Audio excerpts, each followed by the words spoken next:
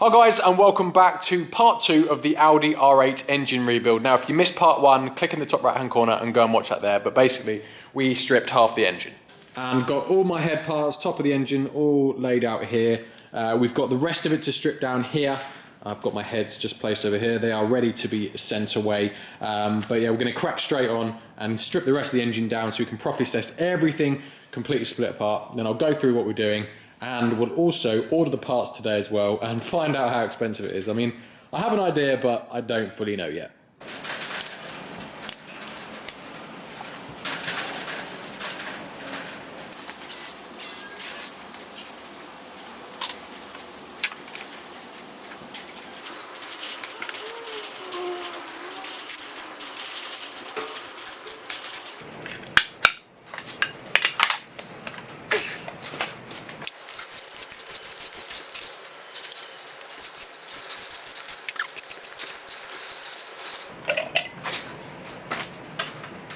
Right, good news is we're all plain sailing so far. Now we've got to stage, I've just removed the baffle plate and the oil pump.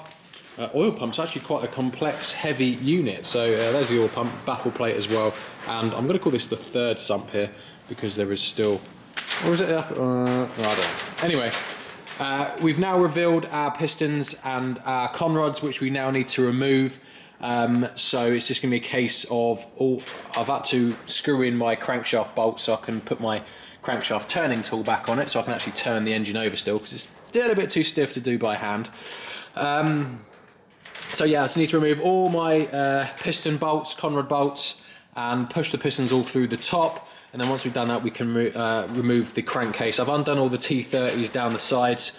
It's just a case of removing these E14, I think it's E14s or E12s in the middle here, and then we can pretty much just whip out the crankcase and then that will be it split down. I am going to turn the engine over first and just number all the pistons 1 to 8 so we don't get them confused. I'm also going to number the conrod caps 1 to 8 as well because these are all crack fitted, so therefore each cap will only fit each conrod, so need to make sure we get those right.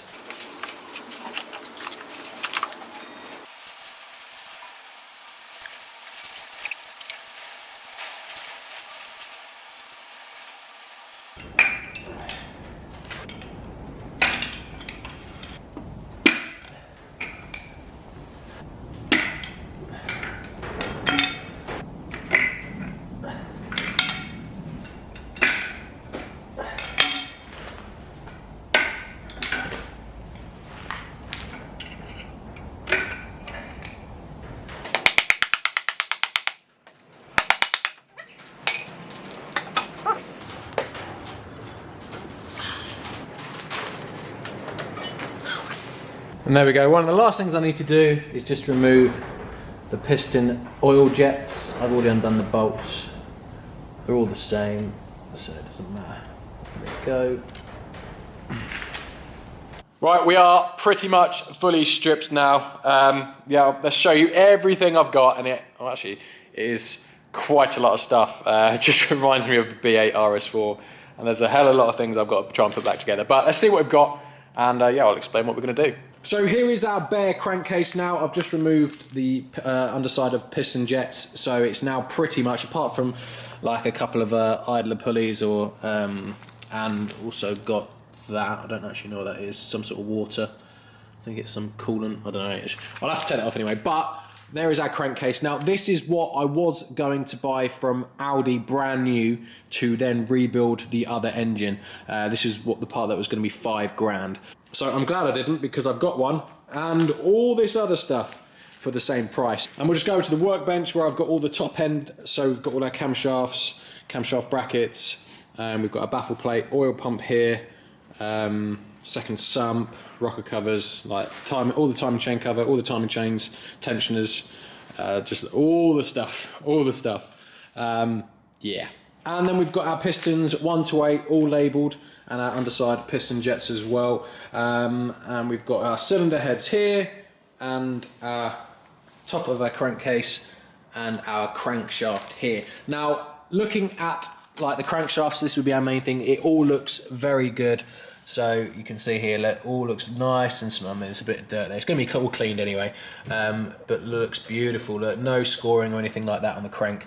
So yeah, I'm happy with that. We've got our main bearings here, which I will be replacing. So you can see there's slight scoring like here. It's just general wear marks, to be fair. It's nothing major. Quite clean actually, to be fair. But yeah, we're replacing them. They've done some mileage. And yeah, what else have we got? We have our pistons here. So we are replacing all the bearings in here. And again, they look alright. They look pretty clean, to be fair. Just some very slight scoring like on here in the middle. But nothing that constitutes any worry or problems like that, so that'll be fine. We're going to be replacing them. Now with the piston rings, I think what I'm going to do is going to get the specification from Audi on the gaps for the rings, and I'm going to try and take the rings off, and without breaking them, which is going to be very difficult, put them in the cylinder bores and just check my ring gaps. Now, if they are all within spec and I can't find a reason to actually replace the piston rings at sort of 80 quid a set, it would save me the best part of, what, 500 odd quid if I didn't have to replace them. But probably later in this video, we will take all the rings off and just put them in the cylinder and just check the ring gaps once I've got the measurements for it. So there are all our pistons, all good there. Now, it's got my cylinder heads here. I'm going to be sending these away. Actually, I'm sending everything away to be tested, pressure tested. So the cylinder heads are going to be pressure tested, they're going to be skimmed, they're going to be carbon cleaned, they're going to be put in a hot tank, and also I'm going to get the valves there, I'm going to get the valves stripped, cleaned, new valve stem seals in both heads, fully done. So they'll come back pretty much like new. All this will be sent away to be completely hot tanked, cleaned. Same with the crankshaft. Won't send the piston rings away. Sorry, the conrods. The crankcase will also be sent away, hot tanked, completely cleaned, and power flushed through as well. Now the rest of the bits I'm going to clean myself. So all this I'm going to clean. I've got a parts washer over there, so everything will go in there and be cleaned. Right, onto our timing chains. So to give an idea, timing chains do stretch. This is why I'm going to be replacing them, and also the guides as well. Now if you look here, an example, that guide, brand new, would have looked like that at the end, look completely smooth. But can you see where the chain over time has just worn into the guide and has actually created a lip? I mean, it's a notable lip. Now, it's worn that one away, and it's also worn this one away as well, look. Quite, oh, if it's going to focus. Is it going to focus? There's quite a big lip on that one, and it's all the way through. And we've also got our tensioners as well. Let's just get that. So on this tensioner here, there is a massive lip in the middle, and I'm talking like probably a millimetre lip on that one tensioner alone. Now if you think about it, let me just get that bolt that just fell on the floor.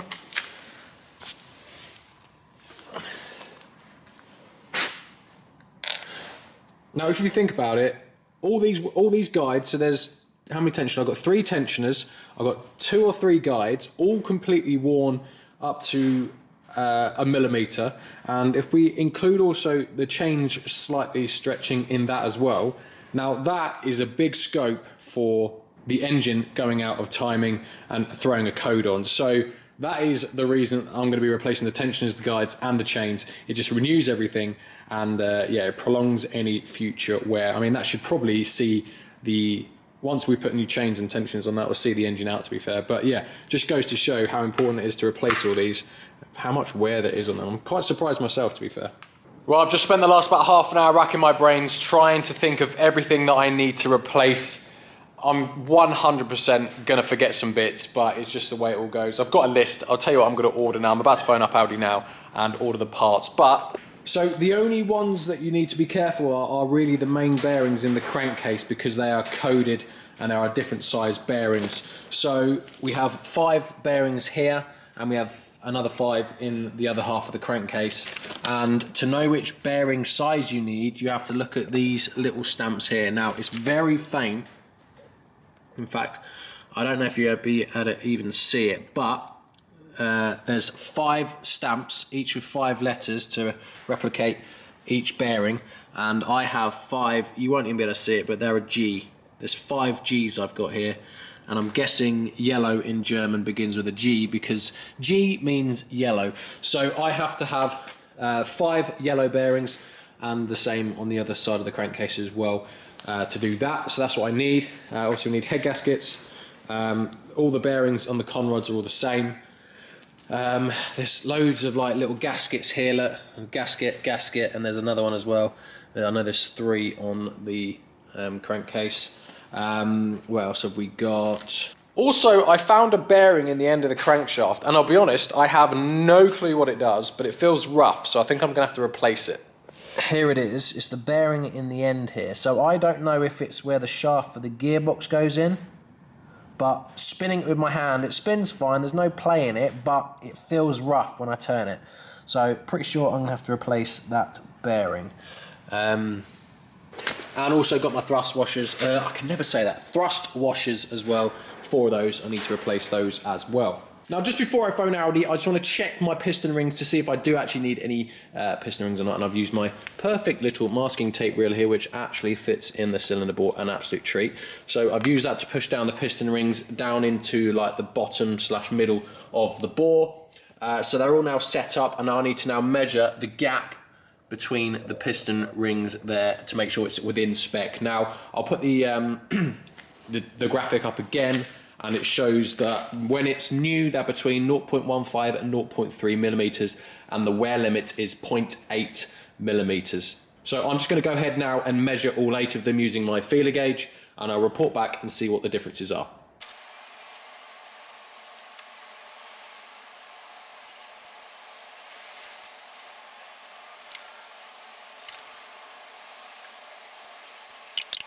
Okay, so good news with the piston rings. I've just measured them all, and 7 of them are 0.43 of a millimeter, and there's one that's 0.45 of a millimeter. So they are well within spec, and actually they are closer to new spec than they are the wear limit spec. So I'm happy they can go again. There's no point spending £70 times 8, 560 quid. There's no point spending that much on new piston rings if it's not going to benefit the engine at all. So yeah, that's good news. So now we can ring up Audi. Now I know all the parts I need. We'll give them a call and let's see what this cost breakdown is going to be. For the parts department, select 2.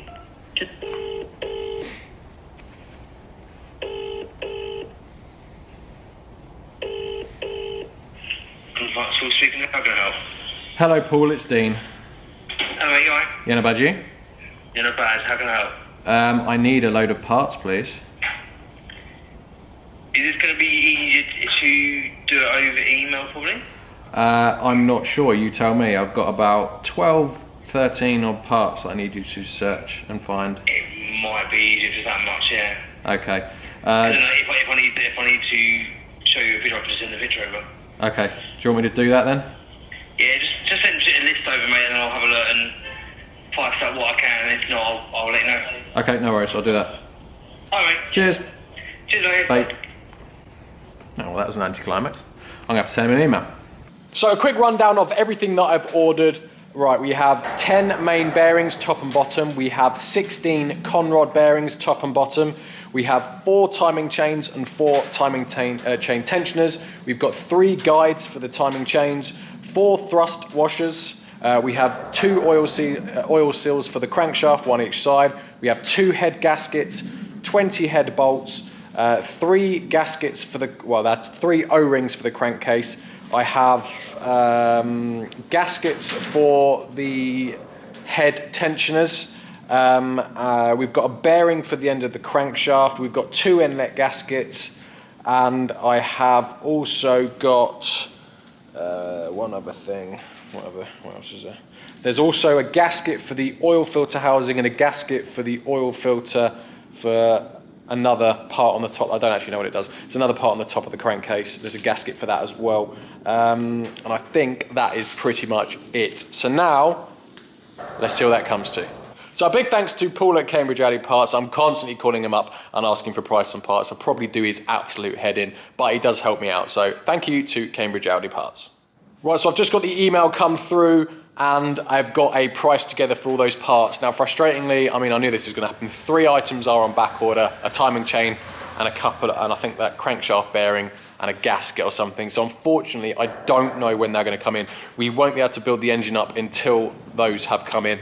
So frustratingly, it's probably going to make this the next video on the R8 maybe in a week or two. Just I don't know how long. Obviously, I'll keep you updated as soon as they come in, so we can crack on with this, because I don't really want V8 parts scattered all over the workshop.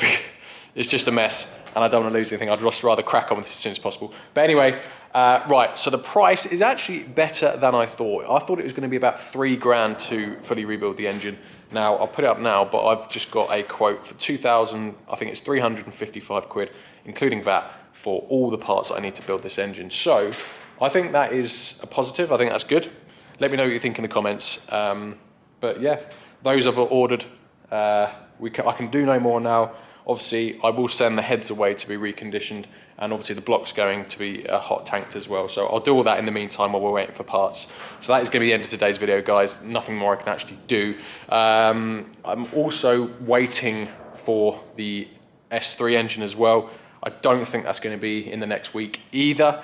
So I'm a little bit stuck. So what we are going to do is going to crack on with the M2 in the next video. So I'm going to get the carbon roof fitted, get the screens fitted, put the interior back together, and I'm going to try and go and get a bumper, because I have found one, but it's just a 3-hour drive to get it. So I've been putting it off. So I might just go and do that, and then we can crack on with the M2 and pretty much get this back on the road. So as always, guys, thank you very much for watching. I hope you did enjoy this video, and I'm hoping it won't be too long until we're back rebuilding the R8.